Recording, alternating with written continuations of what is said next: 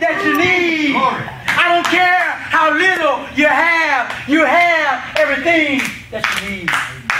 Man, I took that spatula the other day. I said, what did you know?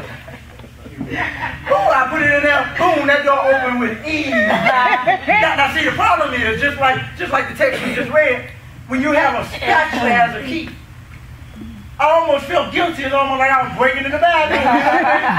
Hey, come on. See, some of you, when God blesses you, you feel guilty about what you have, because you know what you have is not the people around you. What they have, they got there with degrees, and they got more degrees than a thermometer, and they got the job, but you got the job because you was on your knees saying, God, if you give it to me, I'll use it for your glory. I don't have a degree. I don't know how to do Excel and PowerPoint, but I'm willing to get stretched into another dimension if you teach me. And when you begin to walk like that, your keys look strange. And so what I'm trying to encourage you to do is come from around traditional mindsets. All right.